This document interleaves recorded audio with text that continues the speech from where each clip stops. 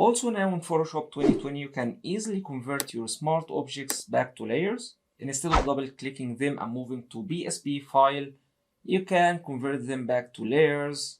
So let's maybe select these two layers in here, pressing Command or Control and clicking on that kicking layer, right clicking these two layers.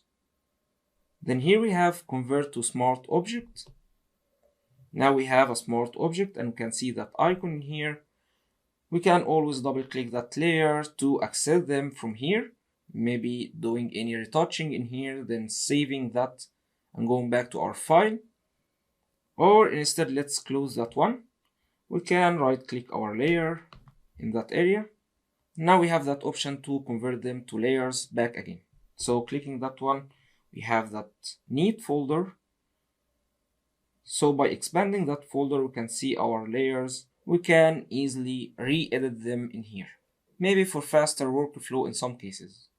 And anytime you'd like to ungroup these layers, again you can select your folder, then pressing Command or Control Shift G, and they are back exactly as they were.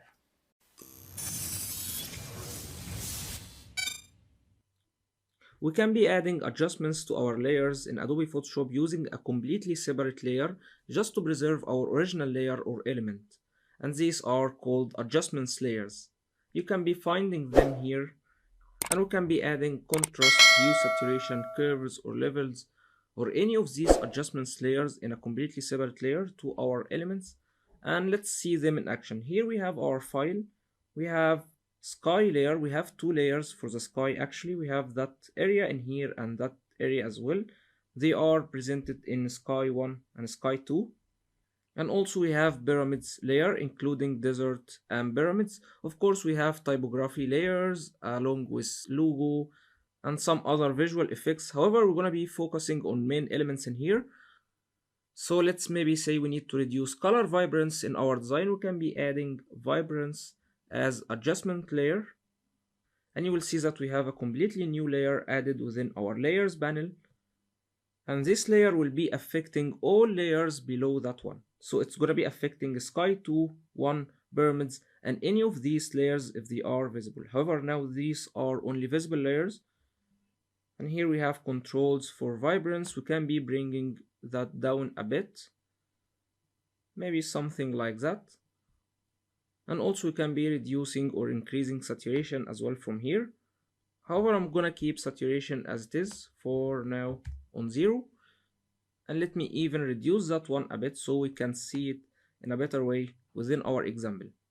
Now collapsing our properties panel.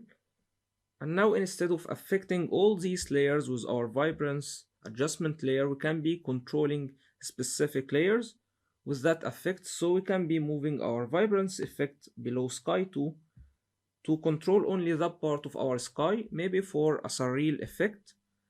And I find it actually looks very cool like that. However, we can be only linking that one to that part of the sky, excluding also pyramids area and that desert. So we can be pressing Command, and we will be seeing that sign in here that we can be linking these two layers to each others. So we're going to be clicking, and now we have our vibrance layer only affecting our sky 1 layer. So you can see that area of our sky is only gray with reduced vibrance, or instead we can be applying the same effect on the entire sky by maybe pressing Command again. So we're gonna be removing that link between these two layers, the adjustment layer and sky 1. And I'm gonna be arranging that one up again. Then I'm gonna be pressing Shift to select these 3 layers, grouping them, pressing Command or Control G to group them. We're gonna be having a folder including these layers. We have our vibrance layer and we have our sky 2 and 1 in that group. However, as you can see guys, we still have our pyramids affected with that vibrance layer, and that's actually because we have our blending mode on path through. So we're gonna be changing that one to normal, and now that effect will not be passing through the group to affect the pyramids layer. And now maybe you can be applying another adjustment layer on our pyramids, so can be selecting our pyramids layer In order to apply that adjustment layer on that one, we're gonna be going maybe to color balance in here.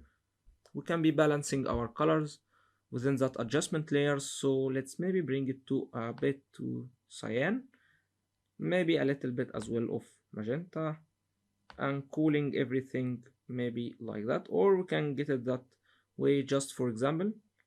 Now we have that one applied to our pyramids layer. We can be checking our adjustment layer anytime on and off to see the difference and judge ourselves if we like that one or we need to apply another effect. Of course, this looks even better with that adjustment. And even we can keep adding more adjustments layer to our layers. So let's maybe go for saturation, hue saturation, and we can be reducing saturation a bit as well for that layer, just a little bit like that. And anytime you would like to get rid of your group of layers, in here you can be selecting your group, pressing Command Shift G. That will be ungrouping your layers once again. That shortcut also existing in Adobe Illustrator. You can be grouping layers or ungrouping them using Command G or Command Shift G. However, I think it's quite pale like that, so let me undo that. Of course, also what's really amazing about adjustments layers that we can be controlling their opacity, and same exactly like using Instagram filters, you can be reducing intensity for some filters. So we can be reducing maybe vibrance a bit, selecting our vibrance, reducing opacity for that effect.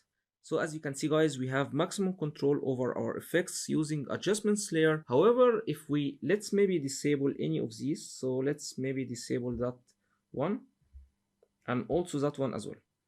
And now let's maybe select our pyramids, and I'm gonna be applying the same effect as a direct effect from images, adjustments, and we have hue saturation.